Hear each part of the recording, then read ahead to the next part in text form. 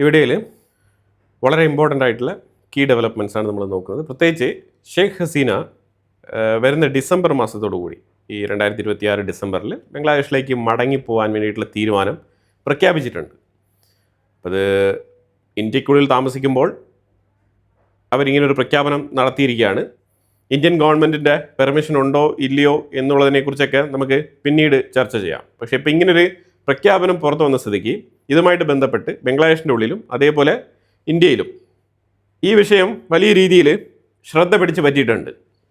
അപ്പോൾ അതിനകത്ത് നമുക്ക് മനസ്സിലാക്കേണ്ട വിഷയം എന്താണെന്ന് പറഞ്ഞാൽ, ഇപ്പം ഷെയ്ഖ് ഹസീന മടങ്ങി പോകുന്നെങ്കിൽ ഇപ്പോൾ അവർ പറഞ്ഞിരിക്കുന്നത് ICT ബംഗ്ലാദേശിൻ്റെ ഉള്ളിലുള്ള ഇൻ്റർനാഷണൽ ക്രൈം ട്രൈബ്യൂണൽ, അവിടെയാണ് ഷെയ്ഖ് ഹസീനയ്ക്കെതിരെ കേസ് ഫയൽ ചെയ്തിരിക്കുന്നതും അവിടെ നിന്ന് വിധി വന്നിട്ടുണ്ട്. അവിടുത്തെ വിധി എന്താണെന്ന് പറഞ്ഞു കഴിഞ്ഞാൽ ഇവർക്കെതിരെ ഡെത്ത് പെനാൽറ്റിയാണ് നിലനിൽക്കുന്നത്.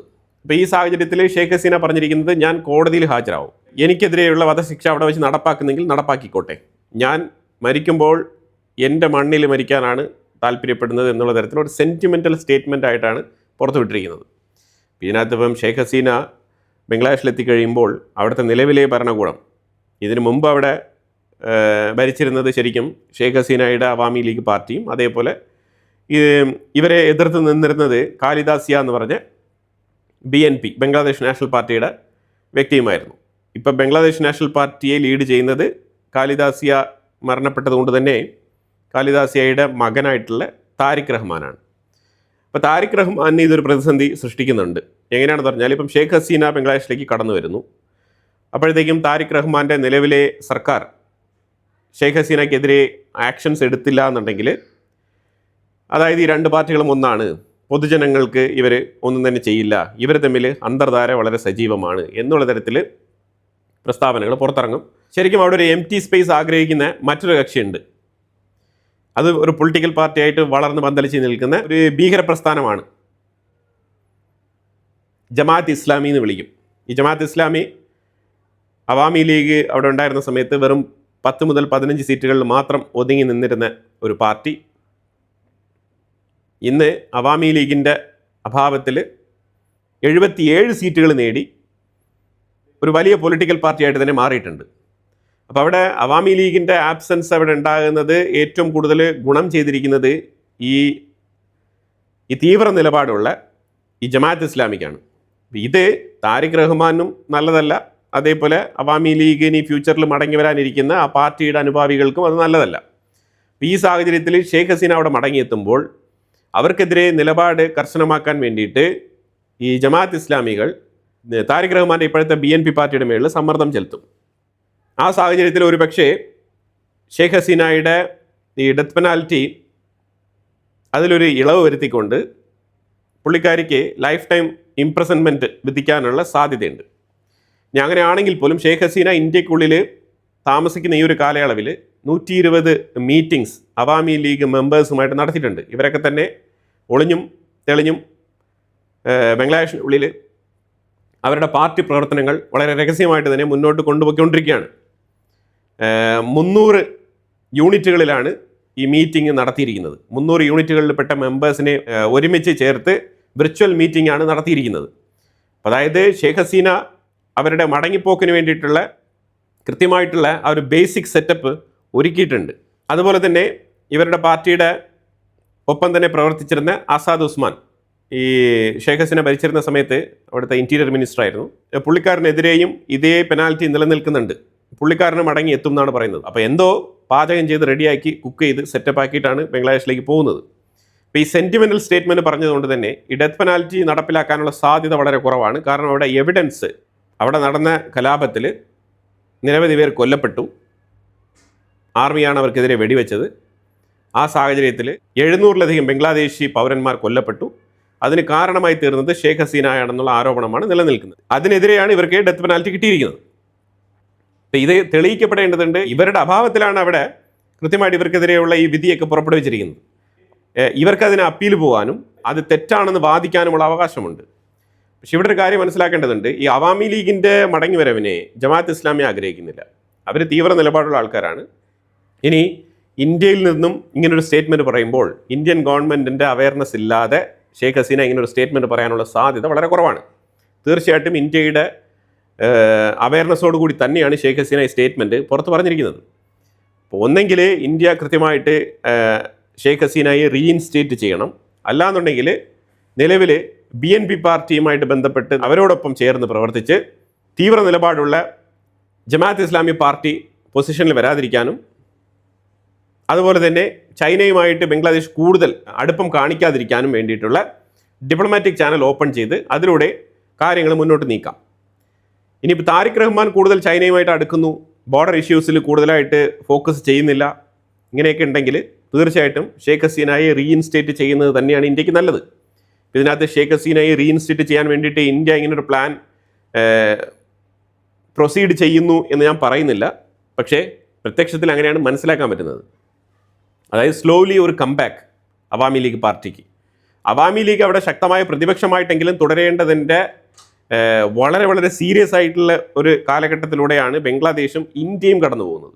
ബംഗ്ലാദേശിനെ സംബന്ധിച്ചിടത്തോളം ഇന്ത്യ, പാകിസ്ഥാൻ, ചൈന, അമേരിക്ക ഈ 4 രാജ്യങ്ങളും വലിയ രീതിയിൽ അവിടെ ഇൻഫ്ലുവൻസ് സ്ഥാപിച്ചെടുക്കാനും ബംഗ്ലാദേശിൻ്റെ ഉള്ളിൽ ആ രാജ്യങ്ങളുടെ താല്പര്യങ്ങൾ സംരക്ഷിക്കപ്പെടാനും എല്ലാ കാലത്തും ബംഗ്ലാദേശിനെ ഇന്ത്യക്കെതിരെയുള്ള ഒരു കീ പ്ലെയറായിട്ട് ഉപയോഗിക്കാനും ശ്രമിക്കാറുണ്ട്. ആ സാഹചര്യത്തിലാണ് ഇന്ത്യയിൽ നിന്നും ഷെയ്ഖ് ഹസീന ഇങ്ങനൊരു സ്റ്റേറ്റ്മെൻറ്റ് പുറത്ത് പറഞ്ഞിരിക്കുന്നത്. ഇപ്പോൾ നമ്മൾ മനസ്സിലാക്കേണ്ടതെന്ന് പറഞ്ഞാൽ ബംഗ്ലാദേശ് ഇന്ത്യയുടെ അടുത്ത് ഷെയ്ഖ് ഹസീനയെ എക്സ്ട്രാഡിറ്റ് ചെയ്യണം എന്നുള്ള ആ ഒരു റിക്വസ്റ്റ് മുന്നോട്ട് വെച്ചിട്ട് കുറേ കാലമായി. ഇന്ത്യ ഈ വിഷയത്തിൽ നോ എന്നും പറഞ്ഞിട്ടില്ല, യെസ് എന്നും പറഞ്ഞിട്ടില്ല. ഇന്ത്യ അത് മൈൻഡ് ചെയ്യാതെ മുന്നോട്ട് പോകുന്ന ഒരു സാഹചര്യമാണ് ഇതുവരെ ഉണ്ടായിരിക്കുന്നത്. കാരണം ഇന്ത്യ ഇത് അക്സെപ്റ്റ് ചെയ്യുന്നു എന്ന് പറഞ്ഞാലോ റിജക്റ്റ് ചെയ്യുന്നു എന്ന് പറഞ്ഞാലോ ഇന്ത്യക്കും ബംഗ്ലാദേശിനും തമ്മിലുള്ള ആർട്ടിക്കിൾ 5 എക്സ്ട്രാഡിഷൻ ട്രീറ്റി ഉണ്ട്. ആ ട്രീറ്റിയെ ഇത് ബാധിക്കും. ഷെയ്ഖ് ഹസീന ഉൾപ്പെടെ ആ ട്രീറ്റിയിൽ ബൗണ്ടഡ് ആകുന്ന വ്യക്തികളാണ്. അപ്പോൾ അതുകൊണ്ട് തന്നെ ആ ട്രീറ്റിയെ മാനിച്ചുകൊണ്ടാണ് ഇന്ത്യ ആ വിഷയത്തിൽ ഒരു തരത്തിലുള്ള റെസ്പോൺസും കൊടുക്കാത്തത്. ഇന്ത്യക്കാണെന്നുണ്ടെങ്കിൽ 4096.7 കിലോമീറ്റർ ലെങ്ത് ഉള്ള ബോർഡറാണ് ബംഗ്ലാദേശുമായിട്ടുള്ളത്. ബംഗ്ലാദേശിൽ എന്തെങ്കിലും പ്രശ്നങ്ങൾ സംഭവിക്കുന്നുവെങ്കിൽ ഇന്ത്യയുടെ 4 സ്റ്റേറ്റുകളെ അത് ബാധിക്കും. ഇന്ത്യയെ തന്നെ ബാധിക്കുമെന്ന് വേണമെങ്കിൽ നമുക്ക് പ്രത്യക്ഷത്തിൽ പറയാം. ബംഗ്ലാദേശിൻ്റെ ഇപ്പോഴത്തെ നിലവിലെ നിലപാടുകളെ നമ്മൾ ഒന്ന് ഓടിച്ചു നോക്കേണ്ടതുണ്ട്. അതിലൊന്ന് ടീസ്റ്റാ റിവർ ട്രീറ്റി ചൈനയുമായിട്ട്, അത് കഴിഞ്ഞിട്ട് ബംഗ്ലാദേശിൻ്റെ ഉള്ളിലുള്ള ഒരു പോർട്ട്, കൊൽക്കത്തയുടെ തൊട്ടപ്പുറത്ത് കിടക്കുന്ന ഒരു പോർട്ട് തന്നെയാണ് കൃത്യമായിട്ടൊരു സീ പോർട്ട് ചൈനയ്ക്ക് കൊടുത്തിരിക്കുന്നത്. ഇത് നമ്പർ 2. പിന്നെ നമുക്ക് ഈ തീവ്ര നിലപാടുള്ള ജമാഅത്ത് ഇസ്ലാമി പോലത്തെ പാർട്ടികളൊക്കെ ബംഗ്ലാദേശിൻ്റെ ഉള്ളിൽ റൂളിംഗ് പാർട്ടിയായിട്ട് വന്നു കഴിഞ്ഞാൽ നമുക്ക് ബോർഡർ സെക്യൂരിറ്റിയിൽ കൂടുതൽ പണം ചിലവാക്കേണ്ടി വരും, ഏറ്റവും കൂടുതൽ അങ്ങോട്ട് ഫോക്കസ് ചെയ്യേണ്ടി വരും. അതുപോലെ ചൈനയുമായിട്ടുള്ള ഒരു ഫൈറ്റർ ജെറ്റ് ഡീൽ, അത് യുനെസിൻ്റെ സർക്കാർ ഭരിച്ചുകൊണ്ടിരുന്ന സമയത്ത് ഇടക്കാല സർക്കാർ അവർ ചൈനയുമായിട്ട് ഒപ്പുവെച്ച ഒരു ഡീൽ നിലനിൽക്കുകയാണ്, J-10 ഫൈറ്റർ ജെറ്റുമായിട്ട് ബന്ധപ്പെട്ട ഡീൽ. അപ്പോൾ അതിപ്പം BNP പാർട്ടി അതിപ്പോൾ ജസ്റ്റ് ഹോൾഡ് ചെയ്ത് വെച്ചിരിക്കുകയാണ് ബിക്കോസ് ഓഫ് ഇന്ത്യയുടെ ആ ഒരു പ്രഷർ. അപ്പോൾ ഇത്തരത്തിൽ ഇന്ത്യക്ക് വഴങ്ങിക്കൊണ്ട് മാത്രമേ ബംഗ്ലാദേശിനുള്ളിൽ ഒരു ഭരണം സാധ്യമാകുള്ളൂ. കൂടുതൽ അവർക്ക് ബിയോണ്ട് ദ ബോർഡർ ലൈനിലേക്ക് അവർക്ക് തോന്നിയവാസം കാണിക്കാൻ പറ്റത്തില്ല. അതുകൊണ്ട് തന്നെ ഇന്ത്യയുടെ ശക്തമായിട്ടുള്ള നിരീക്ഷണം ബംഗ്ലാദേശിന് മേളിൽ എല്ലായ്പ്പോഴും ഉണ്ടാവും. അത് ബംഗ്ലാദേശിനും നന്നായിട്ട് അറിയാം. ഇപ്പോൾ ചൈനയുമായിട്ട് ഫൈറ്റർ ജെറ്റ് ഡീലിലേക്ക് പോയി കഴിഞ്ഞാൽ എന്താണ് സംഭവിക്കുക എന്നുള്ളത് വളരെ വ്യക്തമാണ്.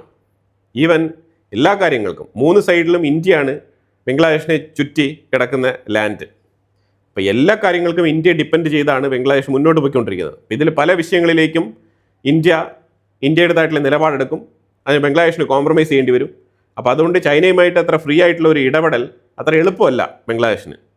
പിന്നെ ചൈനയെ ഇന്ത്യയുമായിട്ട് ബാലൻസ് ചെയ്ത് റിലേഷൻഷിപ്പിൽ കൊണ്ടുപോകാൻ വേണ്ടിയിട്ട് ഒരു പ്രഷർ പോളിസി അല്ലെങ്കിൽ ഒരു ലെവറേജ് പോയിന്റ് ആയിട്ട് വേണമെങ്കിൽ ബംഗ്ലാദേശിന് ഉപയോഗിക്കാം. അതിന് വേണ്ടിയിട്ടാണ് അവർ ഇത്തരത്തിലുള്ള ഡീലുകളൊക്കെ സൈൻ ചെയ്ത് കൊണ്ടുവരുന്നത്. പിന്നെ ജമാഅത്ത് ഇസ്ലാമി വന്നു കഴിഞ്ഞാൽ പാകിസ്ഥാൻ്റെ സ്വാധീനം വർദ്ധിക്കും ബംഗ്ലാദേശിനുള്ളിൽ ശക്തമായ രീതിയിൽ. അപ്പോൾ ഇതൊക്കെ ഇന്ത്യയെ ബാധിക്കുന്ന വിഷയങ്ങളാണ്. അപ്പോൾ അതുകൊണ്ട് തന്നെയാണ് ഇന്ത്യ വളരെ കൃത്യമായിട്ട് ഇന്ത്യയുടെ കാർഡ് നീക്കുന്നത്. ഇന്ത്യയുടെ കാർഡ് നീക്കുന്നത് വേറൊന്നും കൊണ്ടല്ല, അത് BNPക്കെതിരല്ല. BNP പാർട്ടി അവിടെ പണ്ടുമുണ്ട്, അപ്പോഴുമുണ്ട്, ഇപ്പോഴുമുണ്ട്, എപ്പോഴുമുണ്ട്. അന്നും ഇന്ത്യയുമായിട്ട് നല്ല രീതിയിലുള്ള ബന്ധത്തിലുണ്ടായിരുന്നു ബീഗം ഖാലിദാസിയ ഭരിച്ചിരുന്ന സമയത്തും. അതുകൊണ്ട് ഷെയ്ഖ് ഹസീന ഭരിച്ചിരുന്ന സമയത്തും ഇന്ത്യയുമായിട്ട് നല്ല ബന്ധം തന്നെയാണ്. പക്ഷെ ഇവിടുത്തെ പ്രശ്നം ഈ ഉയർന്നു വരുന്ന തീവ്ര നിലപാടുള്ള ജമാഅത്ത് ഇസ്ലാമിയാണ്.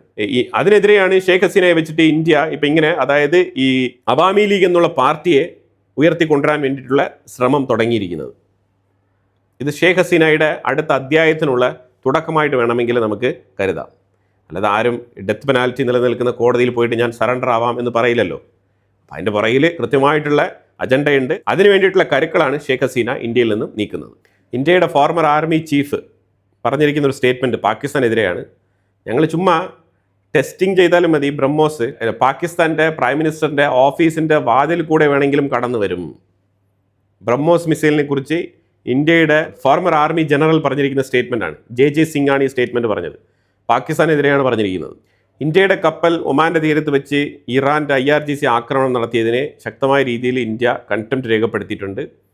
ഒരു ഇന്ത്യക്കാരൻ കാണാതായ വിഷയത്തിൽ ഇന്ത്യയുടെ ആശങ്ക അറിയിച്ചിട്ടുണ്ട്. അതോടൊപ്പം ഇറാന് താക്കീതും നൽകിയിട്ടുണ്ട്. ഇത്തരത്തിലുള്ള പ്രവൃത്തികൾ ചെയ്യാൻ പാടില്ല, പ്രത്യേകിച്ച് ഇന്ത്യയുടെ കപ്പലുകളെ ടാർഗറ്റ് ചെയ്യേണ്ട ഒരു ആവശ്യമില്ല എന്നുള്ളതാണ് ഇന്ത്യയുടെ നിലപാട്. ഇന്ത്യയുടെ commercial minister Piyush Goyal Spain, Finland, Belgium ഈ 3 രാജ്യങ്ങളും സന്ദർശിക്കുകയാണ്. വേറെ ഒന്നുകൊണ്ടല്ല, നമ്മളുടെ ട്രേഡ് ഡീലുമായിട്ട് ബന്ധപ്പെട്ട്, ഫ്രീ ട്രേഡ് എഗ്രിമെൻറ്റുമായിട്ട് ബന്ധപ്പെട്ട ഒരു ഡീൽ സൈൻ ചെയ്ത് അത് ഫൈനലൈസ് ചെയ്യാൻ വേണ്ടിയിട്ട് പല യൂറോപ്യൻ രാജ്യങ്ങളുടെയും അപ്രൂവൽ ആവശ്യമുണ്ട്. ഇവിടെ യൂറോപ്യൻ യൂണിയൻ്റെ പാർലമെൻറ്റിൽ, ബ്രസൽസിൽ. ഈ വർഷം അവസാനിക്കുന്നതിന് മുമ്പ് യൂറോപ്യൻ യൂണിയൻ രാജ്യങ്ങളുമായിട്ട് ഒരു ഫ്രീ ട്രേഡ് എഗ്രിമെൻറ്റ് സാധ്യമാക്കുക എന്നുള്ളതാണ് ഗവൺമെൻറ്റിൻ്റെ ഉദ്ദേശം. അതുമായിട്ട് ബന്ധപ്പെട്ടാണ് ഈ സന്ദർശനങ്ങളൊക്കെ ഇപ്പോൾ നടന്നുകൊണ്ടിരിക്കുന്നത്. അഫ്ഗാനിസ്ഥാൻ്റെ ടീം ഇന്ത്യയിലുണ്ടായിരുന്നു. അഗ്രികൾച്ചർ മേഖലയുമായിട്ട് ബന്ധപ്പെട്ട ചർച്ചകളാണ് ഏറ്റവും കൂടുതൽ നടത്തിയത്. അപ്പം അങ്ങനെ അവരുടെ ട്രിപ്പ് പൂർത്തിയായിരിക്കുകയാണ്. ഞങ്ങളുടെ DNA-യിൽ ഇന്ത്യ ഉണ്ട് എന്നുള്ള രീതിയിലുള്ള സ്റ്റേറ്റ്മെൻറ്റുകളൊക്കെ ഇവർ പറഞ്ഞിട്ടുണ്ടായിരുന്നു. അതൊക്കെ വലിയ രീതിയിലുള്ള വാർത്തകളായിട്ട് തന്നെ ഇന്ത്യക്കുള്ളിൽ കഴിഞ്ഞ 2-3 ദിവസങ്ങളായിട്ട് ഡിസ്കസ് ചെയ്യപ്പെട്ടിട്ടുണ്ട്. സ്ട്രോങ് ബൈലാറ്ററൽ കോപ്പറേഷൻ ആണ് ഇന്ത്യക്കും അഫ്ഗാനിസ്ഥാനും തമ്മിൽ ഈ ചർച്ചയിലൂടെ രൂപപ്പെടുത്തിയെടുത്തിരിക്കുന്നത്. America strait of Hormuz open ആണെന്ന് പറഞ്ഞാലും ഇറാൻ അവിടെ ആക്രമണം നടത്താൻ തയ്യാറായിട്ടുള്ള സിറ്റുവേഷനാണ്. അപ്പോൾ അതുകൊണ്ട് കപ്പലുകൾ അത്ര കണ്ട് ഫ്രീ ആയിട്ട് കടന്നു പോകുന്നില്ല. അതാണ് യാഥാർത്ഥ്യം. വിയറ്റ്നാമിലൊരു ബോട്ട് അപകടത്തിൽ 15 ഇന്ത്യക്കാരാണ് മരണപ്പെട്ടത്. ഈ അപകടത്തിന് external affairs minister Jaishankar condolence രേഖപ്പെടുത്തിയിട്ടുണ്ട്. അതുപോലെ തന്നെ ഈ മരിച്ചവരുടെ മൃതദേഹങ്ങൾ ഇന്ത്യയിലേക്ക് എത്തിക്കാനുള്ള ശ്രമങ്ങളും ഇന്ത്യയുടെ ഫോറിൻ മിനിസ്ട്രി അതുമായിട്ട് ബന്ധപ്പെട്ട പേപ്പർ വർക്ക്സും കാര്യങ്ങളൊക്കെ നടത്തുന്നുണ്ട്. ഇത് ടൂറിസ്റ്റ് ബോട്ടാണ്. ശരിക്കും 32 പേരെയാണ് ഇതിനകത്ത് കയറ്റിയത്. അത് ഓവർ പോപ്പുലേറ്റഡ് ആണ്. കൂടുതൽ ആൾക്കാരെ കയറ്റിയത് കൊണ്ടുണ്ടായ അപകടമാണ്. അതിൽ 31 പേര് ഇന്ത്യക്കാരായിരുന്നു. അതിലാണ് 15 പേര് മരണപ്പെട്ടിരിക്കുന്നത് ഈ അപകടത്തിൽ. അപ്പോൾ അതുമായിട്ട് ബന്ധപ്പെട്ട് ഇന്ത്യയുടെ ഫോറിൻ മിനിസ്ട്രി വിയറ്റ്നാമുമായിട്ട് ചേർന്ന് പ്രവർത്തിച്ചുകൊണ്ടിരിക്കുകയാണ്. അപ്പോൾ എന്തായാലും ഇതിനെക്കുറിച്ചുള്ള അഭിപ്രായങ്ങൾ കമൻറ്റ് ബോക്സിൽ രേഖപ്പെടുത്തുക. കൂടുതൽ വാർത്തകളുമായിട്ട് അടുത്ത വീഡിയോയിൽ വരാം. Thank you so much.